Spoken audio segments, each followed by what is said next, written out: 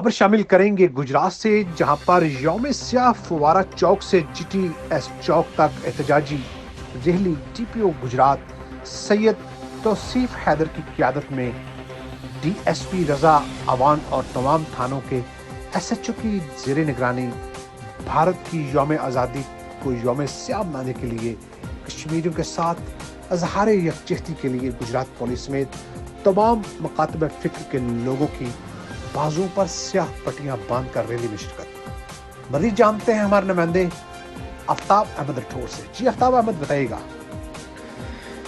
जी, DPO Gujarat की क़यादत में DSP रज़ा अवान और तमाम थानों के SHO साहबान की ज़ेर निगरानी भारत के यौम आज़ादी के दिन को यौम स्याह मनाने के लिए और कश्मीरियों के साथ अजहार यकजहती के लिए गुजरात पुलिस और तमाम मकातब फ़िक्र के लोगों की बाजुओं पर स्याह पट्टियाँ बांधकर रैली में शिरकत।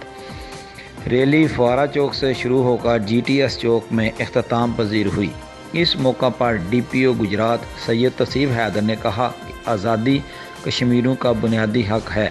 गुजरात पुलिस कश्मीरियों की आज़ादी के लिए किसी भी कुर्बानी से दरेग नहीं करेगी और भारतीय जारियत के ख़िलाफ़ हम सब मुसल्लह अफवाज के शाना बशाना लड़ेंगे।